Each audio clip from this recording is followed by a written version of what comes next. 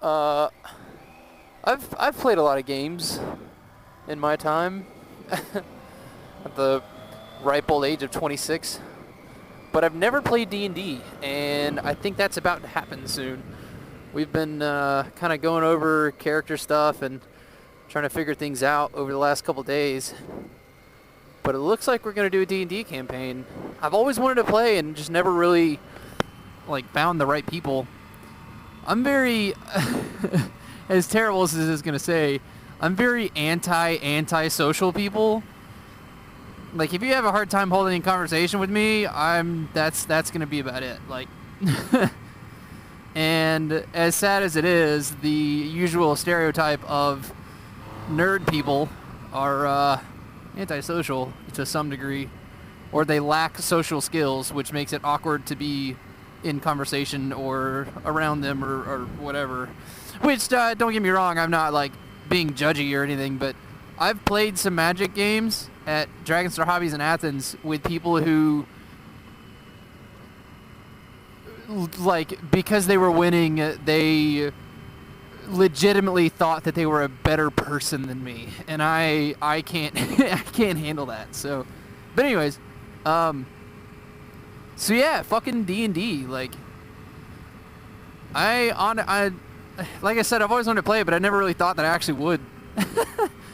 I always felt like D&D was oh, you play D&D, you're one of those types. But I'm actually kind of excited. I've been looking for something that's kind of super long term,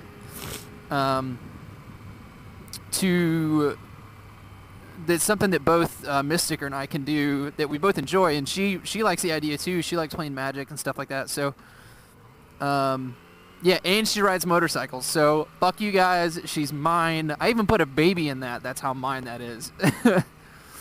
Anyways, I just never really thought that I would ever play. I always wrote it up that I would never find people who were as normal as me, but still nerdy.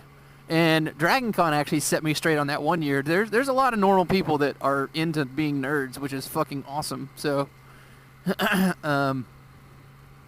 so yeah, D&D. This is gonna be nuts. So I built a warlock as the first character that I'm gonna play with, or the first serious character I'm gonna play with. So my first actual long-term one. Crank recommended that I create another one that we will play a short campaign with, maybe over the course of just one evening, to kind of understand the mechanics of the game and how everything works. You were really close to me. So my long-term character is going to be Raltun, RHAL''TUNN.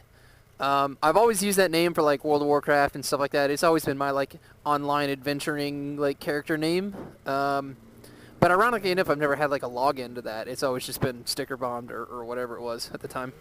But what's cool is the character is based around my favorite book series, The Inheritance Cycle, which was written by Christopher Paolini, and is essentially about a boy finding a dragon egg and then subsequently becoming a dragon rider, and just their whole story of guy and dragon and awesome, and it's super medieval and fantasy, and it's a really good book series. If you guys haven't seen it, I strongly suggest it, or not seen it, read it, whatever. Oh, that's neutral. Let's go, dude. The reason why I chose to do that build was I've loved those books so much, but I didn't want to actually make that character. I wanted to build something that was kind of based off that. So I built a warlock that the backstory's kind of super summed up is he mispronounced a spell which transported him through the realms of the multiverse to a new realm, which would be the current plane. away from his dragon companion, Elevin.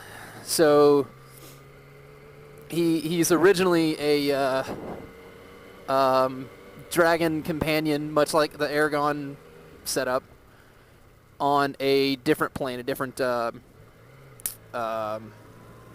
realm, in a different realm. So his whole goal through all the adventures and all of the stuff is essentially trying to make it back to his home realm so that he can be reunited with Elevin. And that sounds like super corny and cheesy and everything, but if you read or have read the Aragon books, you know that there's like the presence between both characters of Dragon and Rider is like super crazy, intense, and like super in depth. Like they can feel each other's pain and shit, and it's like telepathy stuff of like for instance, when Saphira the dragon was really young, she couldn't speak, but she could relay information through the images that she's seen, memories, tastes, feelings, which was really cool. I've always liked that idea of communication. It's pretty neat. It's communicating without using any words.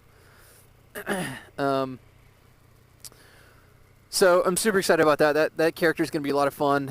I'm going to play as chaotic neutral because the whole point is he doesn't fucking really care for anyone else. He's just trying to get back home. And he's going to do whatever he needs to do to get there.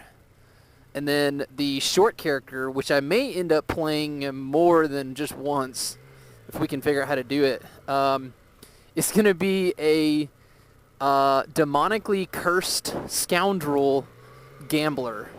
Demonically cursed gambler scoundrel, essentially. So the point of building the character was to introduce some sort of a random chance that any time I have to roll a D, like a D6 or D4, just like a die. So because he's been cursed, he carries around these demonic die that's essentially the equivalent of a magic 8-ball, where they, each die you roll has a different option pertaining to whatever the action is. So like one of them was like, the creature attacks you, and I have to roll. It's going to be me rolling a lot of dice. But essentially it's going to be like, the creature attacks you, and what do you do? And I have to roll a die to be like, I stab myself in the leg and, run in circles or whatever, instead of like block attack or make a saving throw, whatever it is.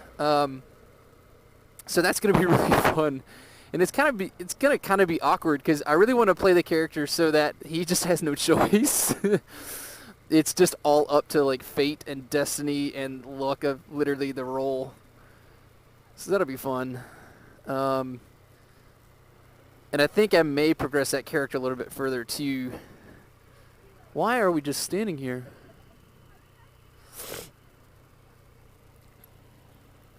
What?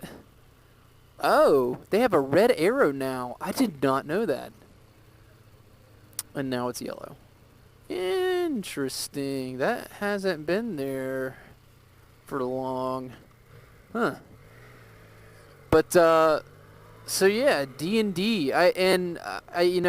Yet again, like I said, this is going to be the first time I've ever done this before, so I don't really have much experience with it. I can understand the concepts of the game, but being the fact that I've never actually played, it's kind of interesting to figure out and play through. But I wanted to bring this up because I kind of want to do like an interactive thing. I think it would be really neat. That if any of you guys play D&D or have played in D&D, or even kind of want to, and you have the ability to kind of teach yourself how to play the game, because I don't really want to teach people.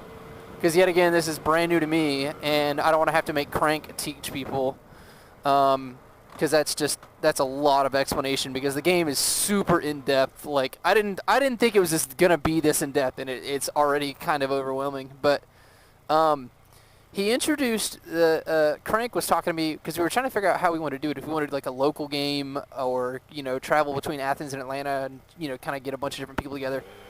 But he mentioned that there's actually a program, and I can't remember the name of it right now, that you can play D&D games like online through like an integrated Google Hangout. So I think that'd be something that after we get a couple games in or something like that would be really neat to play D&D with you guys. I think that'd be fucking awesome. like video games are cool and whatever, and you know, I've got an Xbox, but D&D is literally up to your imagination. You're not like limited to whatever game you can buy and how many people can play. Like you can play with like a minimum of like 3 people. So that might be something down the road. And something I definitely want to do is on the nights that we actually do play, I've actually kind of contemplated hosting a Google Hangout or just like a live feed of us playing the game, and I may do it just straight from the beginning because I think it's interesting. I don't have to do anything but just let the camera roll on the Hangout so you guys can kind of hear what goes on. And what's kind of cool about D&D is that it's very vocal heavy. So you're declaring what actions you're doing and what your dice are doing for you. So in that regards, the video is kind of more or less just like to support the role, like support what's going on with the game. And Crank also mentioned that there's people who play D&D through a podcast. So you can actually listen to people playing the game and still kind of be there and listen to all the ridiculous interactions that go on. But I would like to do that with like a Hangout style. I think that'd be really neat. Something that you guys can participate in, because I like the idea of class participation.